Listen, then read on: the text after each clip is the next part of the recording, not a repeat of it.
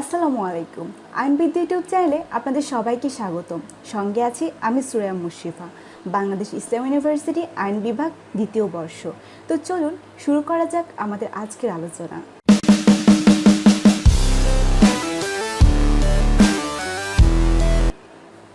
আমরা ইতিমধ্যে transfer of property act 1882 এর উপর দুটি আলোচনা শেষ করেছি, যেখানে আমি সেকশন 1 to 6 আলোচনা করেছি। যারা আমার আলোচনাগুলো মিস করেছেন, আমি ডিসক্রিপশন বক্সে লিংক দিয়ে দিব, তারা সেখান থেকে দেখে নিতে পারেন। আর আজকে আমাদের আলোচনা বিষয় সেকশন 7 and 8। প্রথমেই সেকশন 7। সেকশন 7-এ আলোচনা করা হয়েছে সম্পত্তি হস্তান্তর করার যোগ্যতা সম্পন্ন ব্যক্তি সম্পর্কে, অর্থাৎ কোন ব্যক্তি সম্পত্তি হস্তান্তর করতে পারবেন।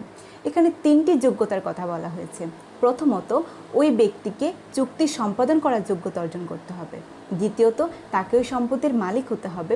এবং তৃতীয়ত, তিনি যদি ওই সম্পত্তির মালিক না হন, তবে ওই সম্পত্তি হস্তান্তর করার তাকে অধিকার অর্জন করতে হবে। এখানে প্রথমে আমি বলেছিলাম হস্তান্তরকারীকে চুক্তি সম্পাদন করার যোগ্যতা অর্জন করতে হবে।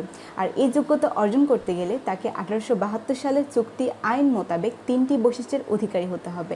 প্রথমত, তাকে সাবালকত্ব অর্জন করতে হবে। দ্বিতীয়ত, সে সুস্থ মস্তিষ্কের হবে। এবং তৃতীয়ত, সে আইন দ্বারা অযোগ্য ঘোষিত হবে না। তো সেকশন 7 থেকে আমরা কি শিখলাম? আমরা শিখলাম সম্পত্তি হস্তান্তর করার যোগ্যতা সম্পন্ন ব্যক্তির মধ্যে তিনটি বৈশিষ্ট্য থাকতে হবে। প্রথমত, তাকে চুক্তি সম্পাদন করার যোগ্যতা অর্জন করতে হবে।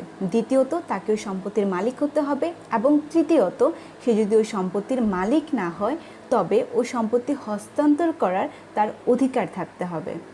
তবে এখানে আরেকটা পয়েন্ট বলা নেই, সেটা হলো ওই ব্যক্তিকে অবশ্যই বাংলাদেশের নাগরিক হতে হবে। এরপরই সেকশন 8।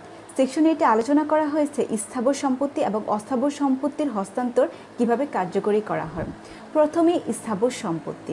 স্থাবর সম্পত্তির হস্তান্তর মৌখিকভাবে করা যায় না, এটিকে দলিলের মাধ্যমে সম্পাদন করতে হয়।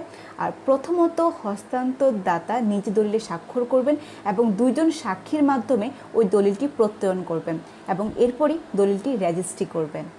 অপরদিকে অস্থাবর সম্পত্তির হস্তান্তরের জন্য রেজিস্ট্রি দলিলের প্রয়োজন নেই। অস্থাবর সম্পত্তিটির দখল অর্পণ করলেই মূলত হস্তান্তর সম্পূর্ণ হয়ে যায়। আর সম্পত্তি হস্তান্তর আইনের বিধান অনুসারে স্থাবর সম্পত্তির হস্তান্তরের সাথে সাথে ওই সম্পত্তির মালিকানা অর্থাৎ স্বার্থ এবং ভোগ দখলের অধিকারটিও হস্তান্তরিত হয়ে যায়।